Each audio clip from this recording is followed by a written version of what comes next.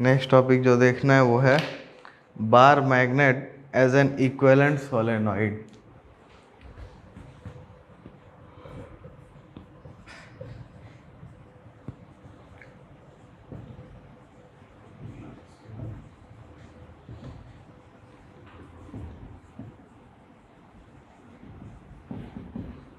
ठीक। तो एक करंट कैरिंग सोलेनॉइड और एक बार मैग्नेट में काफ़ी सारी सिमिलैरिटी होती हैं। जैसा कि तुम लोग ऑलरेडी देख चुके हो कि सोलेनॉइड का एक एंड नॉर्थ पोल जनरेट करता है और एक एंड साउथ पोल जनरेट करता है। अच्छा, तो सबसे पहली चीज़ की बात करें तो अगर एक करंट कैरिंग सोलेनॉइड को अपन जैसे मैग्नेट को सस्पेंड कर रहे थे फ्रीली या पाइवोट कर रहे थे, वैसे ही अगर सोलेनॉइड को भी कर दें तो वो भी नॉर्थ साउथ डायरेक्शन में जाके रेस्ट पे आएगा। इसका मतलब क्या है, उसमें डायरेक्शनल प्रॉपर्टी है, किसमें, करंट कैरिंग सोलेनॉइड में। दूसरा चीज़ कि अगर करंट कैरिंग सोलेनॉइड तुम्हारे पास है तो उनके बीच में तुमको अट्रैक्शन और रिपल्शन भी देखने को मिलेगा। तो इसका मतलब क्या है कि उसके एंड्स जो हैं वो नॉर्थ साउथ पोल्स के हैं, ये कंफर्म होता है यहाँ पे एक्सपेरिमेंटली। तो इसका मतलब इसमें अट्रैक्शन रिपल्शन की भी प्रॉपर्टी है। थर्ड, अब एक फिगर बनाते हैं, चलो देखो। एक अगर मैं ये बात करूँ इसका, तो कैसा बनाते हैं हम लोग, फील्ड लाइंस कुछ ऐसा।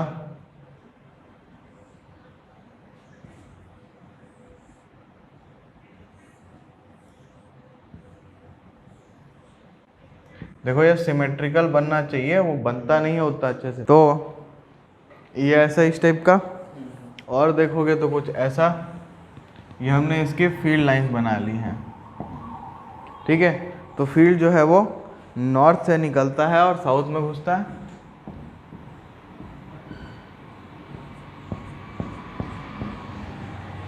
ठीक है। तो ये इलेक्ट्रिक लाइंस ऑफ फोर्स हैं, ये बार मैग्नेट के हैं। और अगर अपन इसी के साथ साथ एक सोलेनॉइड का भी बनाएं तो वो भी कुछ ऐसा ही बनता है ना।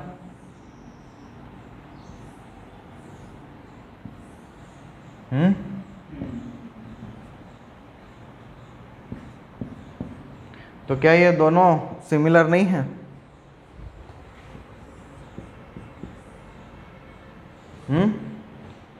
है ना सिमिलर। तो इसका मतलब क्या है, सिमिलैरिटी है, एकदम ज़्यादा सिमिलैरिटी है। अब एक कंपास नीडल को अगर इनके आसपास लेके जाएं तो हमको डिफ्लेक्शन देखने को मिलेगा दोनों केसेस में। तो इसका मतलब यहाँ पे भी अपन वही बोल सकते हैं। इसके अलावा अगर देखें तो बार मैग्नेट हो या करंट कैरिंग सोलेनॉइड हो, अगर उसके एक्सियल पॉइंट पे हम अगर मैग्नेटिक फील्ड का एक्सप्रेशन देखें तो μ0/4π 2m/r³ आता है। बी एक्सियल की वैल्यू μ0/4π क्या बोले, 2m/r³ होता है, ठीक है। तो ये वैल्यू दोनों के केस में सिमिलर है। इसका मतलब क्या है कि एक बार मैग्नेट जो है ना और सोलेनॉइड, इन दोनों का जो मैग्नेटिक फील्ड होता है वो एकदम सिमिलर होता है। इसको उल्टा भी बोल सकते हो कि अभी हम क्या बोल रहे हैं, bar magnet as equivalent solenoid. ये भी बोल सकते थे solenoid as an equivalent bar magnet. तो सोलेनॉइड को भी हम लोग क्या है, एक्चुअल में सोलेनॉइड होता क्या है, बोल सकते हैं कि सर्कुलर लूप्स का कॉम्बिनेशन है ये। और हर एक जो सर्कुलर लूप होता है ना वो एक मैग्नेटिक डाइपोल होता है। सोचो कैसे, ये लूप है, एक साइड से क्या दिखेगा, क्लॉकवाइज, एक साइड से क्या दिखेगा, मुझे तुमको क्या दिख रहा है, मेरे को एंटी क्लॉकवाइज दिख रहा है, तुमको क्लॉकवाइज दिख रहा है। इसका क्या मतलब है, ये तुम्हारे साइड से ये साउथ पोल है, मेरे साइड से नॉर्थ पोल है। उत्तरी, इसका मतलब क्या है, एक मैग्नेटिक लूप कैसा होगा, डाइपोल होगा। एक magnetic loop, current loop dipole की तरह बिहेव करेगा, मैग्नेटिक डाइपोल की तरह। तो वैसे ही अगर मैं सोलेनॉइड में ऐसे n नंबर ऑफ लूप्स हैं तो हर एक एक डाइपोल है, तो टोटल मेरे को नेट डाइपोल मिलेगा कि नहीं मिलेगा।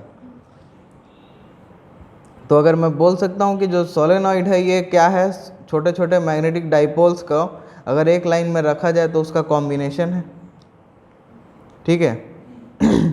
और कितने डाइपोल्स होंगे? जितने नंबर ऑफ टर्न्स होंगे सोलेनॉइड में। और नॉर्थ पोल जो है एक का अगले के साउथ पोल को टच करेगा। इस तरीके से क्या होगा, अंदर में जो अपोजिट पोल्स होंगे यहाँ पे यहाँ पे यहाँ पे यहाँ पे न्यूट्रलाइज हो जाएंगे। इधर का बचेगा बस और इधर का बचेगा। तो इधर अपना नॉर्थ बचेगा, उधर अपना साउथ बचेगा। तो बन गया ना ये एक बार मैग्नेट। तो अपन एक करंट कैरिंग सोलेनॉइड को रिप्लेस कर सकते हैं एक बार मैग्नेट से, इक्विवेलेंट बोल सकते हैं। ठीक है, फील्ड पैटर्न भी दोनों का सिमिलर होता है तो ऑलरेडी देख ही चुके हो। अब पोल मॉडल के हिसाब से नॉर्थ से साउथ होना चाहिए electric field, magnetic field line. हमने अभी तक देखा है कि नॉर्थ से साउथ होती है, बट अगर इस सोलेनॉइड के अंदर देखें हम, ये नॉर्थ है, ये साउथ है। बाहर तो ठीक है नॉर्थ से साउथ, अंदर क्या हो रहा है? साउथ से नॉर्थ। ठीक है, क्योंकि magnetic field line should be closed. तो सोलेनॉइड के अंदर में मैग्नेटिक फील्ड लाइंस अपोजिट होती हैं, ध्यान रखना। ठीक है, चलो तो अभी हम लोगों को देखना है गॉस लॉ इन मैग्नेटिज्म। जैसे इलेक्ट्रिसिटी में था ना, इलेक्ट्रोस्टैटिक्स में, वैसे ही यहाँ पे भी गॉस लॉ होगा।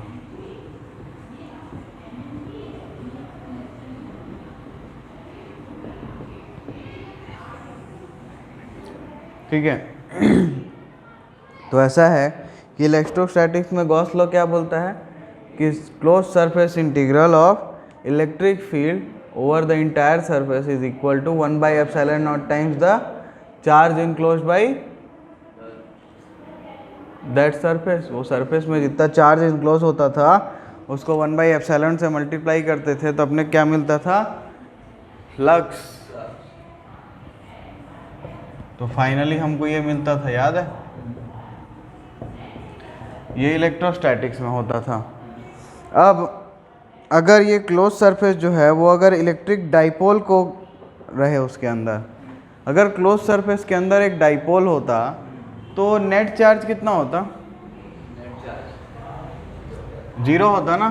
तो इसका मतलब अगर क्लोज सरफेस में ऐसा होता ई डाइपोल डॉट ds तो ये 0 हो जाता। ठीक है, ये बात समझ में आई कि नहीं?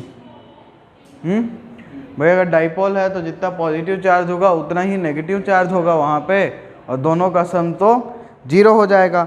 और मैग्नेटिक फील्ड जो है वो तो हमेशा मैग्नेटिक डाइपोल्स ही प्रोवाइड करते हैं, आइसोलेटेड पोल एग्जिस्ट करता ही नहीं है। तो गॉस लॉ मैग्नेटिज्म का क्या हो जाएगा? वो हो जाएगा closed integral of b dot ds is equal to 0, क्योंकि हमेशा ये पेयर्स में होगा। ठीक, तो Gauss law in magnetism state क्या करता है? It states that the surface integral of magnetic field over a close surface is always 0।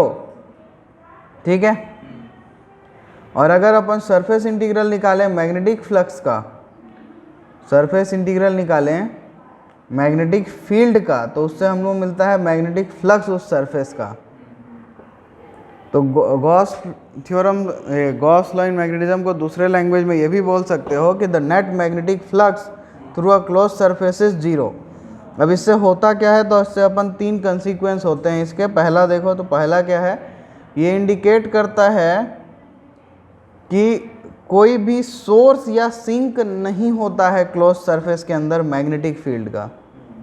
ठीक है, देयर आर नो सोर्सेस और sinks of magnetic field inside a close surface. ठीक है, तो इसका मतलब क्या है कि ऐसा कोई पॉइंट नहीं होता जिससे लाइन से स्टार्ट हो रही है मैग्नेटिक फील्ड लाइंस, और ऐसा कोई पॉइंट नहीं होता जहाँ पे वो टर्मिनेट हो रही हैं। तो इसका मतलब क्या अल्टीमेटली कि कोई भी मैग्नेटिक चार्ज नहीं एग्जिस्ट करता अकेले, हमेशा पेयर्स में एग्जिस्ट करेगा। तो isolated magnetic poles do not exist, या फिर बोले तो monopoles do not exist. Monopoles मतलब, मोनो का क्या मतलब होता है? सिंगल पोल एग्जिस्ट नहीं करता। दूसरा क्या है? क्या है? मैग्नेटिक पोल्स हमेशा और हमेशा unlike pairs of equal strength. मतलब बताओ इसका क्या होगा? अनलाइक पोल्स होगा दोनों का, मतलब जो unlike pairs of equal strength, मतलब क्या है, दोनों पोल्स जो होंगे उनका स्ट्रेंथ इक्वल होगा लेकिन वो अनलाइक होंगे, एक नॉर्थ होगा तो दूसरा साउथ होगा। अब अगर बात करें तो अगर कुछ n number of magnetic lines of force अगर एक क्लोज सरफेस को एंटर कर रही हैं तो उतने ही उस सरफेस को लीव भी करेंगी, क्योंकि नेट हमको जीरो मिलना चाहिए। बात समझ में आई कि नहीं?